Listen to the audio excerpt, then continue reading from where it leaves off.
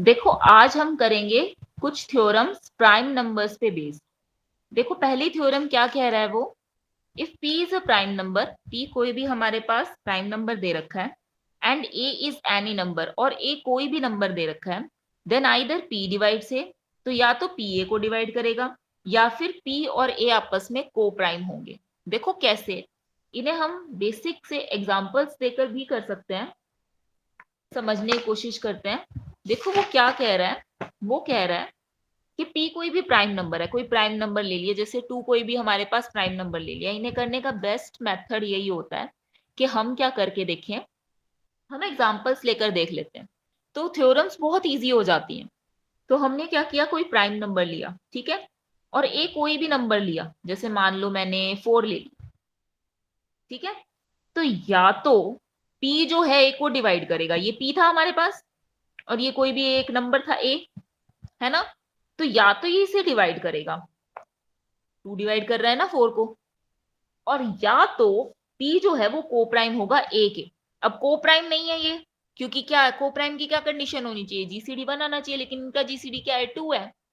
तो दूसरी बात क्या है, ये तो डिवाइड कर रहा है। मान लो मैं कोई दूसरा नंबर ले लेती, मान लो मैंने यहाँ पे ले लिया, मैंने लिया यहाँ पर 9।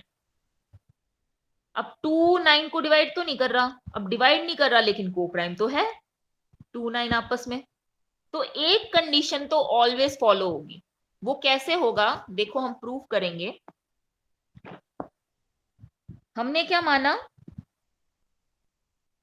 लेट पी ए मान लिया, वही को प्राइम की कंडीशन, 1 नहीं है, कोई डी है, तो डी है तो डी या तो पी को डिवाइड करेगा या फिर ए को करेगा, दोनों करेगा ही करेगा, है ना।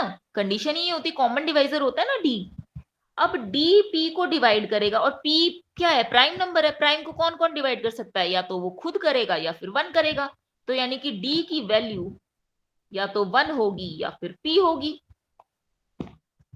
अगर डी की वैल्यू 1 हुई तो हमारा किस्सा ही खत्म, है ना। अगर डी की वैल्यू 1 हुई तो ये को प्राइम हो ही गए आपस में।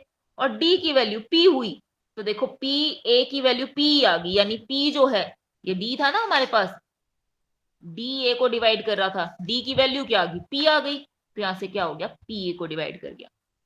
ठीक है, यहां से ये हमने प्रूव कर दिया क्या, कि अगर p कोई प्राइम नंबर है और a कोई भी नंबर है, तो या तो p a को डिवाइड करेगा या फिर उसके को प्राइम होगा। ओके, सेकेंड थ्योरम देखो, सेकेंड थ्योरम क्या कह रही है, every natural number greater than 1, कोई भी नेचुरल नंबर, एक से बड़ा कोई भी नेचुरल नंबर, उसके प्राइम फैक्टर होंगे ही होंगे। यानी कि या फिर हम कह सकते हैं every natural number other than 1, एक को छोड़ के, हैज एटलीस्ट 1 प्राइम फैक्टर, उसका कम से कम एक प्राइम फैक्टर जरूर होगा। ओके, कैसे, लेट n कोई भी नेचुरल नंबर है, ग्रेटर देन 1 है, देन आइदर या तो n प्राइम होगा या फिर कंपोजिट होगा, दो ही चीजें हो सकती हैं। जैसे कि 2 3 5 7 ये तो प्राइम है, और इनको जो छोड़ के जितने भी नंबर हैं वो क्या है हमारे, वो कंपोजिट नंबर है। ठीक है, तो कंपोजिट अगर प्राइम है तो बात ही खत्म। Then it must have factors other than 1 and n itself, अगर कंपोजिट है तो एक और n से एक्स्ट्रा भी कुछ होगा फैक्टर उसका। तो मान लिया p उसका लीस्ट फैक्टर है n का, ठीक है, अदर देन 1 एंड इटसेल्फ, तो 1 और n को छोड़ के p भी एक फैक्टर है, उसके बीच में आएगा उसका फैक्टर। ठीक है, तो p जो है वो n को डिवाइड करेगा क्योंकि उसका फैक्टर है। अब हमें क्या प्रूव करना है कि p जो है वो प्राइम है, प्राइम फैक्टर है। कैसे करेंगे, मान लिया p प्राइम नहीं है, कंट्राडिक्शन से करेंगे इसे प्रूव। मान लिया p प्राइम नहीं है, प्राइम नहीं है तो कंपोजिट होगा, कंपोजिट होगा तो क्या होगा, p के फैक्टर्स होंगे p1 p2। ठीक है, फैक्टर्स होंगे तो यानी p1 p को डिवाइड करेगा। अब p1 p को डिवाइड कर रहा है, p n को डिवाइड कर रहा है, तो हमारे पास p1 भी n को डिवाइड करेगा, और P1 जो है वो इससे छोटा भी है। अब छोटा है तो इट मींस इसके बीच में आएगा, लेकिन ये तो कॉन्ट्राडिक्ट कर गया इस फैक्ट को कि भाई P लीस्ट था, P से तो एक और छोटा आ गया P1, तो यानी ये कंपोजिट नहीं होगा। कंपोजिट नहीं होगा तो इट मींस ये क्या है, ये एक प्राइम फैक्टर ही है। ठीक है, यहां से ये थ्योरम प्रूव हो गई। ओके, फिर है हमारे पास यूक्लिड्स फर्स्ट थ्योरम। क्या कह रही है यूक्लिड फर्स्ट थ्योरम?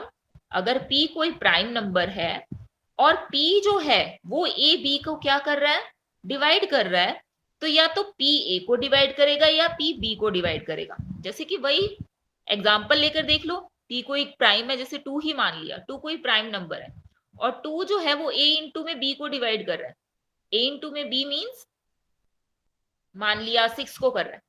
ठीक है, तो या तो ये जो 2 है वो a को करेगा, 6 क्या, 6 का मतलब 3 इंटू 2, या तो 2 2 को करेगा, 2 2 को तो कर ही रहा है, अब 2 3 को नहीं कर रहा तो 2 2 को तो कर ही रहा है। इनमें से कम वो कह रहा है एक को तो डिवाइड करेगा ही करेगा। अगर p जो है इनके प्रोडक्ट को डिवाइड करेगा तो इनमें से किसी एक को तो करेगा ही करेगा। कैसे?